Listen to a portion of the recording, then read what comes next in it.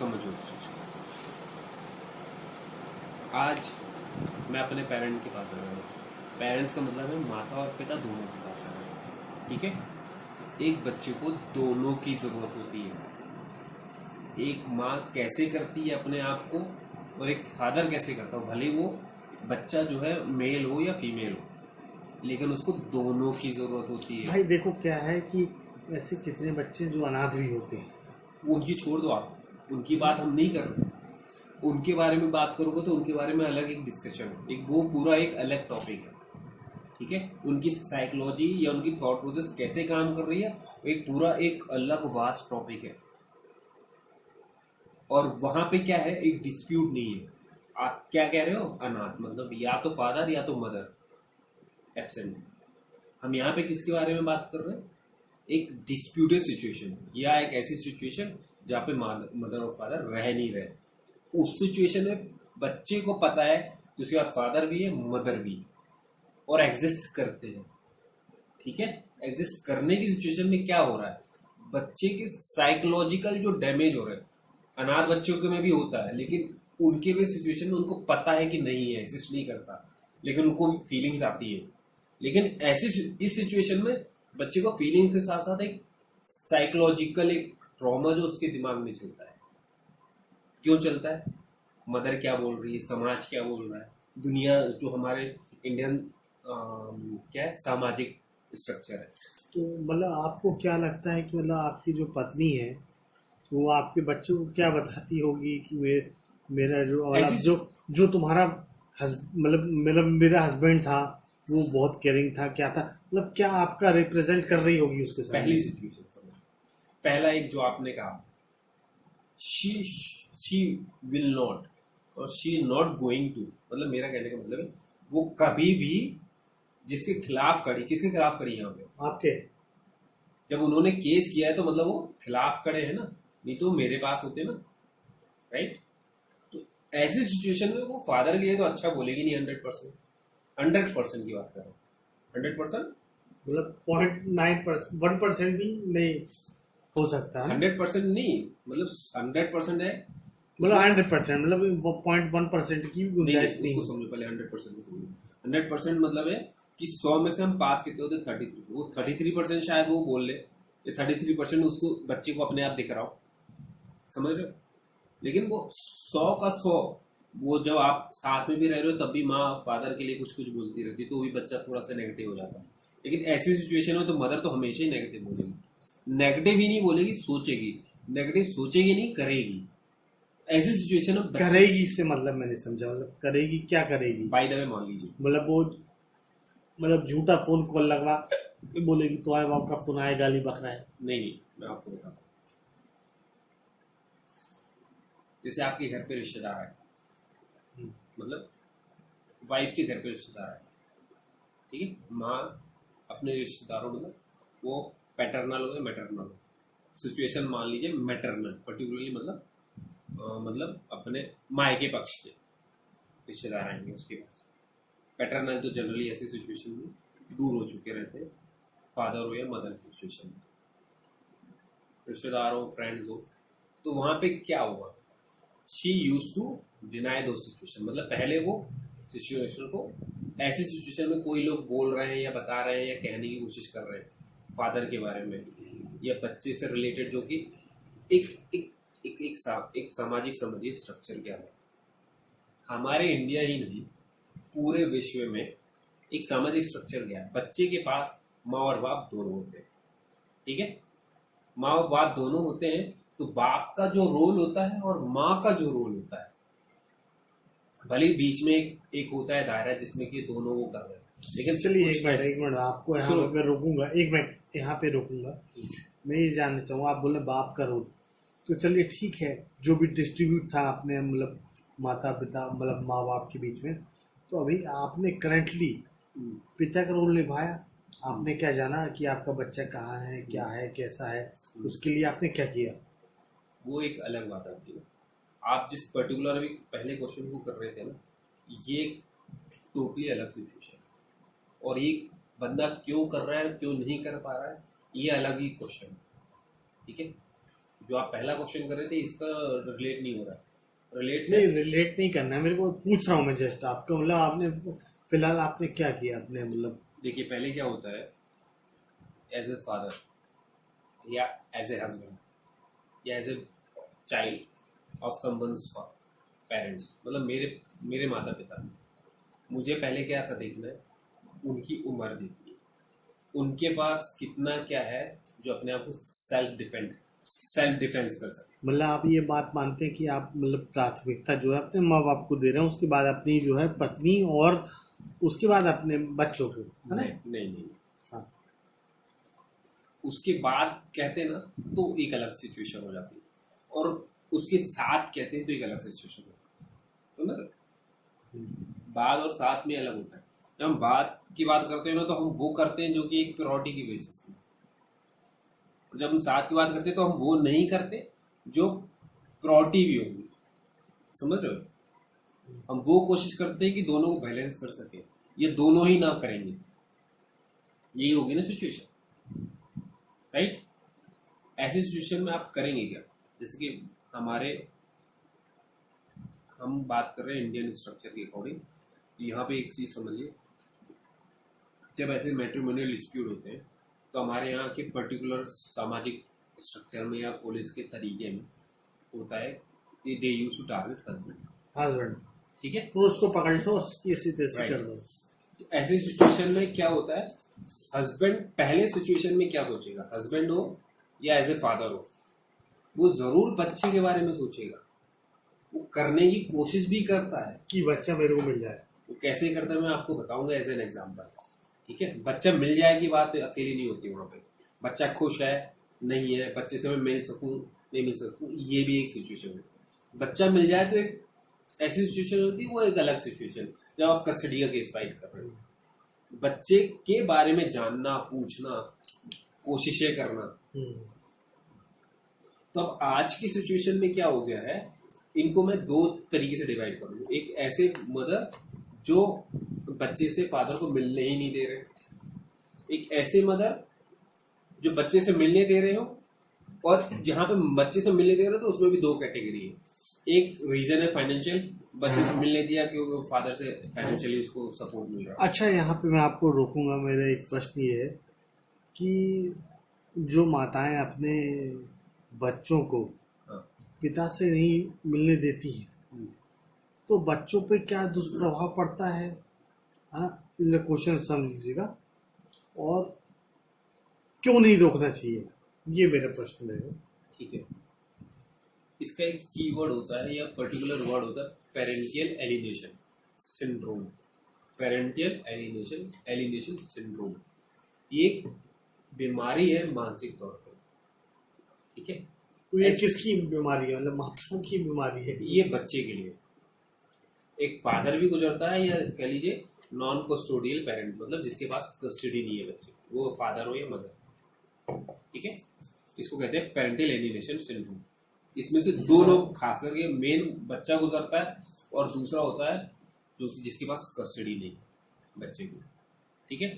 ऐसी सिचुएशन में क्या होता है कि बच्चा एक उस उम्र से गुजर रहा है जिसमें उसकी सोच समझ और दुनियादारी एस्टेब्लिश हो रही है, मदर फादर रिलेशन वो सब समझने की कोशिश करता है। तो ये मेरे को तो लगता है कि ये किशोर अवस्था में ऐसा डेवलप होता होगा, है ना? आप जो नॉर्मली 8-9 साल तक तो मतलब 8-9 नहीं 14 साल तक के मान लो, हाँ नहीं होता है, वो किशोर अवस्था में ये सब होता है ना। और इसके बाद भी होता है, हाँ, इसके बाद भी होता तो मतलब उसके पहले जो आप ये मानते हो कि उसकी मतलब जो है चाइल्ड की जो कस्टडी है वो माता को सही है, दे देना चाहिए? है। नहीं, मैं नहीं मान रहा ऐसा कुछ। ये तो डिपेंड करता है कि मदर या फादर कितना क्या कैपेबल फाइनेंशियली नहीं, फिजिकली नहीं, मेंटली नहीं, एक तौर तरीके के तौर पे मिलता है कि आप कैसे अपनी लाइफ स्टाइल जीते हो। आप कैपेबल हो सकते हैं फाइनेंशियली, लेकिन आप सक्षम नहीं हो सकते इमोशनली, समझ लो? अपने बच्चे फाइनेंशियली आप स्टेबल हो, हाँ, पैसा है, माँ के मदर पास हो या है, बाप के फादर, पास है, मदर हो या फादर, ठीक है? लेकिन आप इमोशनली स्टेबल नहीं हो कि सामने वाले की भावनाओं को समझने का तरीका क्या है आपका। और बच्चे की जब हम बात करते हैं ना, वो एक सेंसिटिव सिचुएशन होती है। और बच्चा जब बच्चे की जब हम बात करते हैं ना, वो एक सेंसिटिव सिचुएशन होती है। और बच्चे को क्या चाहिए होता है, एक बच्चा दो तरीके से लाइफ जीता है, एक अपने दोस्तों के साथ और एक अपने माँ बाप के साथ या अपनी फैमिली के साथ। दोस्तों के साथ कब जीता है आपको पता है? तो मतलब मैं बताऊं, मैं बताना चाहूंगा कि बोलो ना। मेरे हिसाब से दोस्तों के साथ जब जीता है जब माँ बाप ध्यान नहीं देते हैं तब, अगर मैं सही हूँ तो। साथ ही साथ उसको दोस्त चाहिए होते हैं। नहीं, दोस्त चाहिए होते हैं, लेकिन पर्टिकुलर दोस्तों के साथ कब जीतता है? वो एक अलग सिचुएशन, उसको आप कह लीजिए कि दोस्तों के साथ दो डिवाइड कर दो, दो डिवीजन में बांट दो। एक सिचुएशन तब जब उसके माँ बाप ध्यान नहीं दे रहे, उसके घर में कुछ ऐसी मतलब माँ बाप के बीच में डिस्प्यूट चल रहा है, या एक ऐसी सिचुएशन जब उसके माँ बाप भी साथ में, सब कुछ नॉर्मल है, लेकिन एक उसको हम उम्र चाहिए होता है। ठीक है, हर किसी को अपनी माइंड की ग्रोथ के अकॉर्डिंग एक दोस्त या पार्टनर चाहिए होता है। ठीक है, शादी आप कब करते हो, जब आपके दोस्त छूट चुके हो तब आप करते हो, और प्लस एक सेक्सुअल जो अट्रैक्शन होता है उस सिचुएशन में जाके आप शादी करते हो। ठीक है, आपको ये नहीं है कि एक आपको क्या चाहिए, आप माँ बाप के साथ भी जी सकते हो जिंदगी। रीजन क्या होता है, एक मेंटल सिचुएशन होती है, एक साइकोलॉजिकल दुनिया को समझने की हो या समाज को समझने की हो, वहां पे आप जाके शादी करते हो। इसी तरीके से बचपन में बच्चा उन लोगों के साथ करता है, जैसे कि बोलना सीख रहे हैं। ठीक है, जैसे कि दुनिया को मान लीजिए कलर कलर समझना सीख रहे हैं, या जैसे कि आप और मैं मान लीजिए हम लॉ समझना सीख रहे हैं, तो हम एक दूसरे को कहीं ना कहीं कॉमन सिचुएशन में समझते हैं। ठीक है, तो हम एक दूसरे को क्या करते हैं, समझने की कोशिश करते हैं। एक बेसिक कॉन्सेप्ट ये है, तो बच्चे भी उनसे कनेक्ट होते हैं। अब आप देखिए कि बच्चे बड़ों से कैसे कनेक्ट होते हैं। वो बड़े जो कि बच्चों के साथ घुल मिल जाते हैं, वो क्या करते हैं, बच्चों की तरह से रिएक्ट करने की कोशिश करते हैं या रिएक्ट करते हैं, तो वो उनके साथ घुल मिल जाते हैं। हर किसी के साथ बच्चा नहीं मिलता, माँ बाप को छोड़ के, माँ बाप या दादा दादी या जो भी, बच्चा क्यों नहीं घुल मिल पाता है? क्यों? क्योंकि उनको वैसा ही सिचुएशन चाहिए होता है, वैसी साइकोलॉजी चाहिए होती, जो कि उनको समझ में आती है, जो उनकी मानसिक दायरे में आती है। उनका एक मानसिक दायरा बहुत लिमिटेड होता है ना, उम्र के हिसाब से बढ़ता है। तो बच्चों की साइकोलॉजी को समझने की जरूरत है। अब यहाँ पे जब हम बात करते हैं, हम अब बेसिक क्वेश्चन में जाते हैं। ठीक है, तो जब बच्चे को फादर और मदर मतलब दोनों ही माता पिता की जरूरत है, एक थॉट प्रोसेस समझोगे, जब दुनियादारी शुरू हुई थी या जब औरत और आदमी साथ में रह के दुनिया चला रहे हैं, और हम एक सोशल कॉन्सेप्ट को समझे, पर्टिकुलरली हमारे इंडियन समाज के लिए, तो हम हर एक घर में क्या देखते हैं, माता और पिता दोनों। ठीक है, तो बच्चा किससे क्या सीखता है, माता से प्यार करना सीखता है, दुनिया से बात कैसे करी जाए, इमोशनल कॉन्सेप्ट में वो सीखता है। और पिता से क्या सीखता है, दुनिया से कैसे डील किया जाए, राइट, लोगों से कैसे डील किया जाए, वो आपके प्रोफेशनल वे में हो या दुनिया के कोई भी एक लोग हो। ठीक है, वो पिता से सीखता है, ये जरूरी नहीं कि आप मुंह से बोल के सीखता, वो सामाजिक तौर पे सीखता है, वो अपने चाचा को देखता है, अपने पापा को देखता है, अपने दादा को देखता है या दुनिया भर के। बट एज ए फादर क्या करता है, एक जिम्मेदारी लेता है, एक डिफेंस का तौर पे कि उसको कोई हानि ना हो जाए, वो हमेशा प्रेजेंट रहता है। ऐसी सिचुएशन में जहाँ पे फादर या मदर प्रेजेंट ना हो, वहां पे बच्चे के पास एक मिसिंग है। फादर या मदर उसको 5% या मैं कह रहा हूँ आपको मैक्सिमम 25% रिकवरी कर सकते हैं, मदर हो या फादर हो, लेकिन वो 100% मतलब पूरी रिकवरी नहीं कर सकते दूसरे पेरेंट के एब्सेंस। अब आपको एक बहुत अच्छा इसके ऊपर रिसर्च हुई है अमेरिका में, जो लड़कों की बात कर रहा हूँ पर्टिकुलरली, अभी जो लड़के यूएस में आपने देखा होगा कि फायरिंग करने निकल जाते हैं हम्म। बहुत सारे लड़के। इसके ऊपर एक अच्छी खासी रिसर्च है। जिनके फादर नहीं है ना, जो सिंगल पेरेंटेड है, फादर ही नहीं, मदर के पास है, वो जाके कॉलेज या यूनिवर्सिटीज में जाके किसी साइकोलॉजिकल ट्रॉमा से गुजरते हैं और वो निकल जाते हैं फायरिंग करते। या फिर वो कभी अपनी पर्सनल लाइफ में, ये नहीं कह रहा हूँ कि 100%, लेकिन मैक्सिमम के साथ ये होता है, पर्सनल लाइफ में वो मतलब अपने लाइफ पार्टनर के साथ कनेक्ट नहीं कर पाता। समझ रहे हो? तो इन सब सिचुएशंस को क्या कहा गया है? Parental alienation. समझ रहे हो? ये बच्चा कब से सोच रहा है, या जब आप सोच के क्या रहे हो, आपके साथ कुछ गुजर रही है ना एक नॉर्मल इंसान से हटके, तो आपकी एक सोच चेंज हो जाती है। सोच चेंज हो जाती है तो आपका थॉट प्रोसेस में बहुत सारी चेंजेस आ जाते हैं। नेगेटिविटी भी या दुनिया भर की चीजें हाँ। आती हैं। ठीक है? तो उस दौर में, जिस दौर में बच्चे का साइकोलॉजिकली डेवलप हो रहा है, मतलब इसको एक सामान्य व्यक्ति की तरह नहीं जी पा रहा है, क्योंकि आपके फ्रेंड्स भी बोलेंगे जब आप 5 साल के हो, पापा कहाँ हैं तेरे, ये मेरे पापा आए हैं, ये मेरे पापा ने मेरे को ये दिया, ये मेरी मम्मी ने ये दिया। ठीक है? आज मैं अपने मम्मी पापा के साथ घूम के आया। इन सब चीज़ों को समझोगे तो इस सब चीज़ों से बच्चा एक गुजर रहा है, वो अपने पेरेंट्स से भी शेयर नहीं कर पाता, मैक्सिमम चीज़ें 80% चीज़ें शेयर नहीं कर पाता। और जब ये क्या करता है, बंदे को वास्टली चेंज कर देता है एक आम व्यक्ति की तरह तौर पे।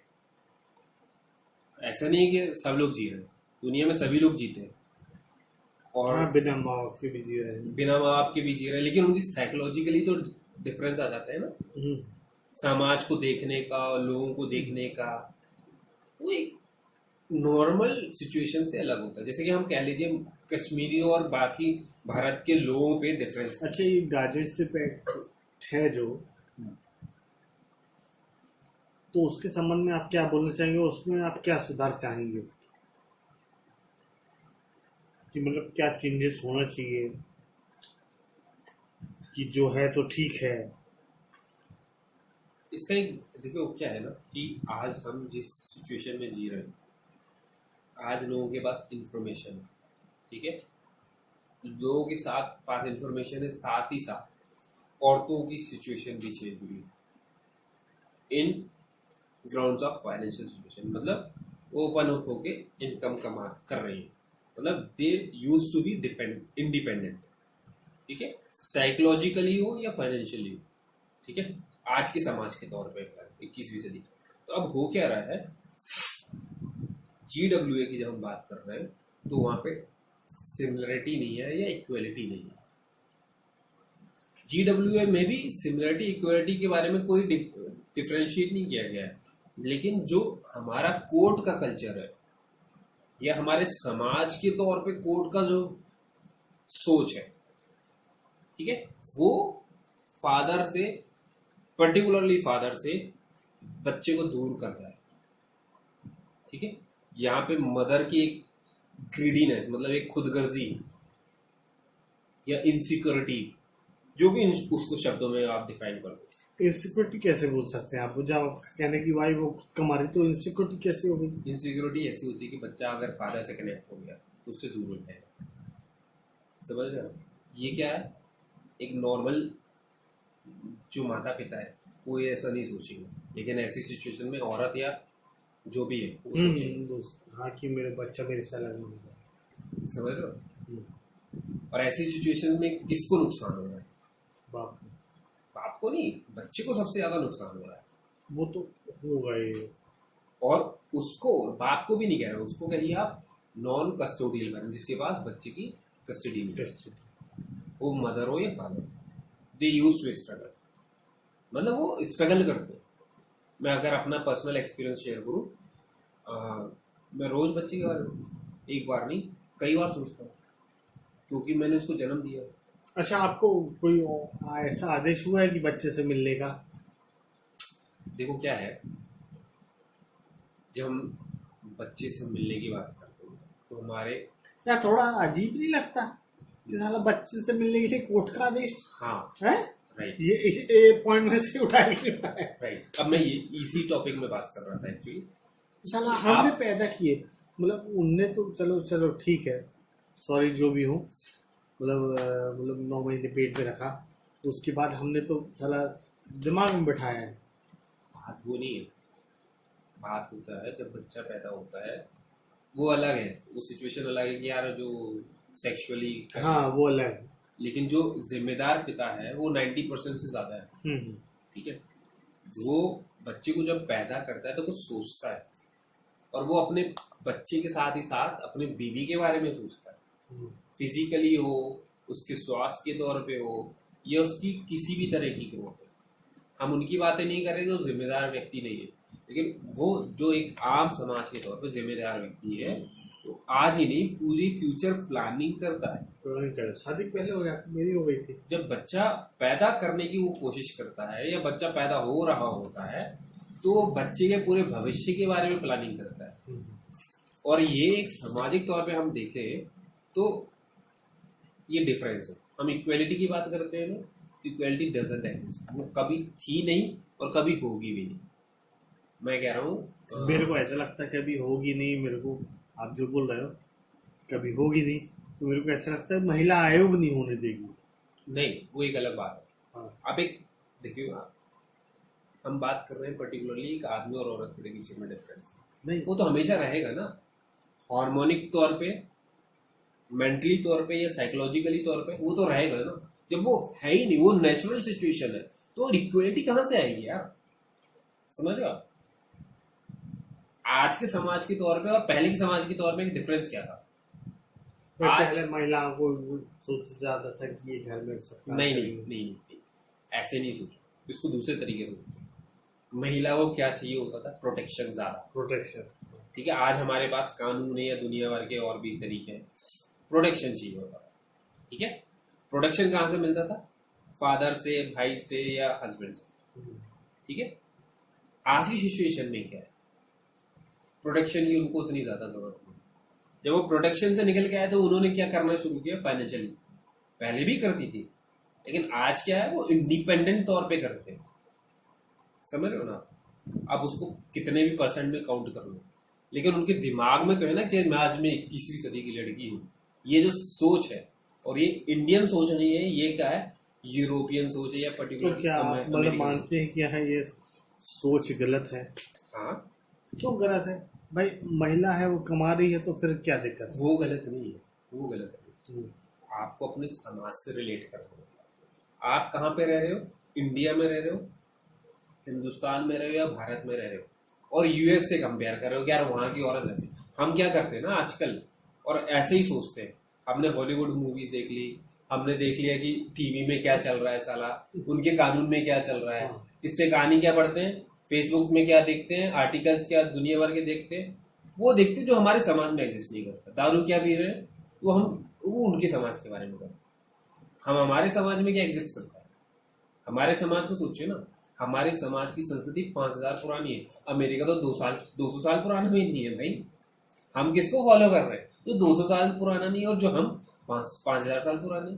तो हमारी पूरी संस्कृति है, हम जो एग्जिस्ट करते हैं उसके पीछे एक सोच है। हमारा जो तो समाज मतलब आपका ये मानना है कि हम जो है 5000 पुरानी संस्कृति के पीछे दौड़े की बात नहीं, मतलब उसी के मतलब ढर्रे पे चले हम? नहीं नहीं नहीं, बात समझो, बात इसको ऐसे समझो। 1960s से 70s के बीच में यूएस में और इंडिया में, पर्टिकुलरली मैं यूएस की बात कर रहा हूँ। ठीक है, यूएस में क्या इंग्लिश या फ्रेंच कल्चर चलता है या स्पेनिश कल्चर। ठीक है, इंग्लिश को कह लीजिए आप थोड़ा सा क्लोज है अरेबिक कल्चर के अकॉर्डिंग। फ्रेंच और स्पेनिश, ये 3 कल्चर वहाँ पे चलते हैं। हम जब यूएस की बात करते हैं तो वहाँ पे यूएस और यूएसए प्लस कनाडा की बात कर रहे हैं। कनाडा यूएसए दोनों एक आजू बाजू की कंट्री, और यही आजकल रूल कर रही है हमारे पूरी दुनिया में, सामाजिक तौर पे या साइकोलॉजिकल तौर पे। ठीक है, तो होता क्या था, वो तो 150 साल पुरानी संस्कृति भी नहीं है। वहाँ पे लोग कैसे आके शुरू किए? वहाँ पे यूरोप से लोग आए, वहाँ पे एशिया से लोग आए। वो शुरुआत अगर आप अमेरिका की भी जब बात करेंगे ना, तो वहाँ पे चोर उचक्के आना शुरू किए थे। उसके पहले वहाँ पे कोई इंडियन कहता था, इंडियन मतलब आदिवासी लोग। इंडियन का मेन मीनिंग होता है आदिवासी, इंडियन का मेन मीनिंग हमारे इंडिया से मतलब नहीं होता। तो यूएस की संस्कृति क्या है, वहाँ पे ऐसे लोग आए थे जो यूरोप से कैद से भाग के बचना चाहते थे, ठीक है। तो वहाँ से शुरुआत हुई है यूएस कल्चर। फिर बाद में वो बाकी के लोग भी आए जिनको कि कमाना था या बिजनेसमैन थे, ठीक है। तो वहाँ पे उन्होंने क्या किया, फिर इंग्लैंड आया, फ्रांस आया, तो उन्होंने वहाँ पर रूल करना शुरू किया। अब वहाँ के लोग कैसे थे, जागरूक थे, मतलब एक आम इंसान से ज़्यादा इंफॉर्मेशन रखते थे या जागरूक था। पढ़ना अलग होता है, जागरूक अलग होना अलग होता है, ठीक है।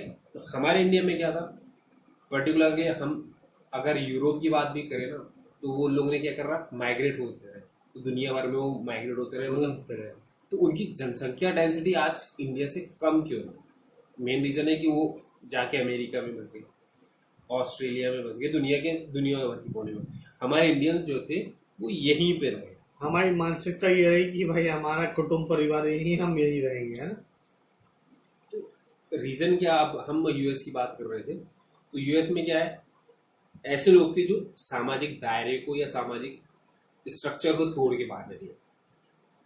तो उनकी एक सोच समझ नहीं थी, या उनको एक किसी कल्चर को फॉलो नहीं करना था, ठीक है।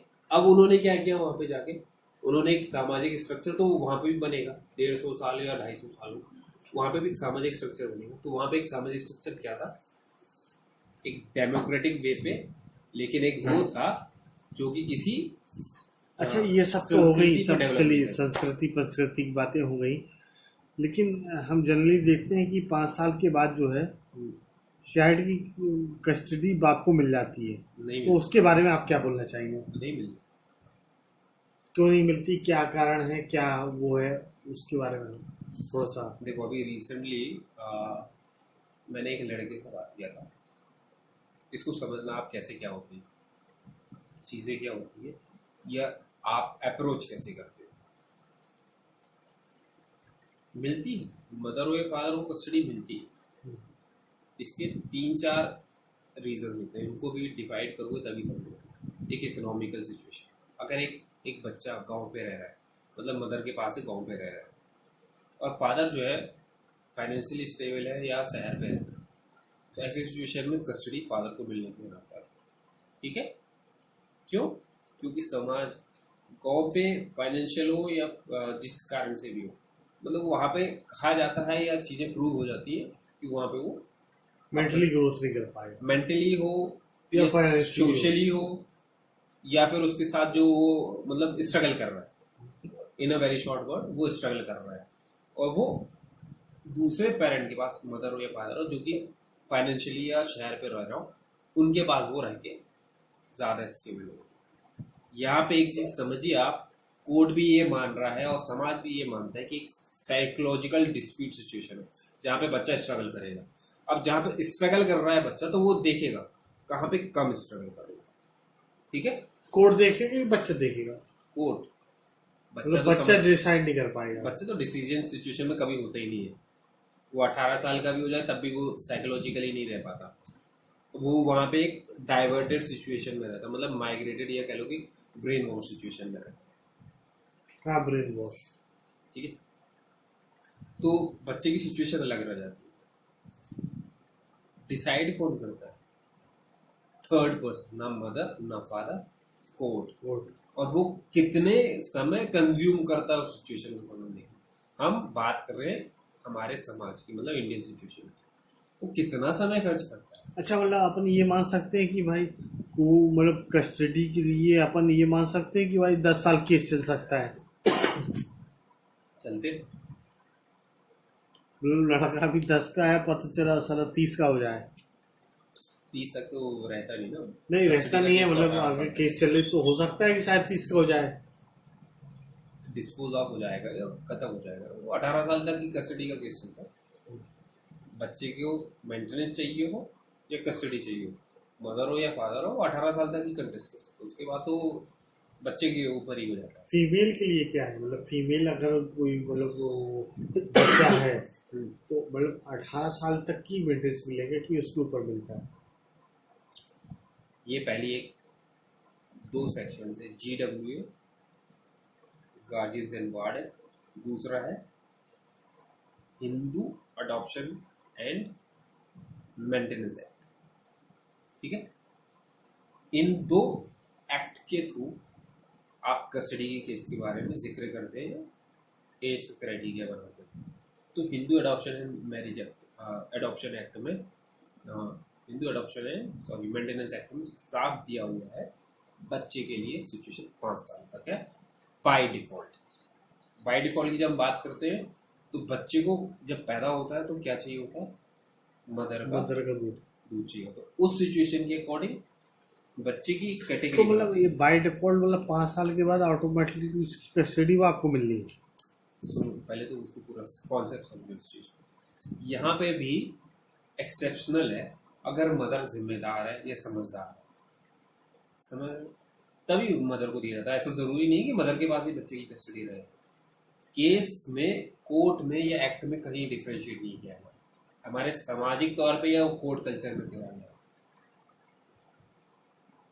तो बच्चे की कस्टडी उसको दी जाती है जो सक्षम है या बच्चे की ज्यादा केयर कर रहा है, वो 5 साल का हो या ना। ठीक है, अब आ जाती है कस्टडी लड़की। यहाँ पे हम 5 साल के लड़के की बात कर रहे हैं। लड़की के लिए सिचुएशंस अलग अलग है, और यहाँ पे भी सिचुएशन कैसी है, हिंदू के लिए अलग है, मुस्लिम के लिए थोड़ा सा उनका एक्ट अलग चलता है। तो मैं यहाँ ये पूछना चाहूँगा कि लड़की की कस्टडी आपको दी जाती है? हाँ, दी जाती है, फादर को भी मिलती है। बट वहाँ पे क्या होता है ना, प्रायोरिटी मदर होता है लड़की की कस्टडी, क्योंकि फीमेल की सिचुएशन में क्या होता है ना कि उनकी जो फिजिकल चेंजेस आते हैं, इसलिए मैंने ये प्रश्न पूछा। हाँ, फिजिकल चेंजेस आते हैं, तो वहाँ पे प्रेफरेंस के तौर पे मदर रहती है, क्योंकि वहाँ पे फादर उस चीज को मतलब कह लीजिए कि फिजिकल चेंजेस को उतना सक्षम नहीं होता समझने में। सक्षम है लेकिन उसको मतलब वो नहीं कर सकता। हाँ, मतलब वो कुछ भी कह लो आप, हाँ, उस चीज को उतना हैंडल नहीं कर सकता, इंटरटेन। हैंडल नहीं कर सकता, हाँ। क्योंकि सेक्सुअल डिफरेंस मतलब सेक्स के तौर पे डिफरेंस होना, एक मदर एक मेल और एक फीमेल है उसके तौर पर भले ही वो फादर है। और कुछ मैक्सिमम सिचुएशन में क्या होता है ना कि कहा जाता है कि ऐसी सिचुएशन में फादर को मतलब अलग नज़र से देखा जाता है, समझ रहे हो ना, नेगेटिव नज़र से देखा जाता है।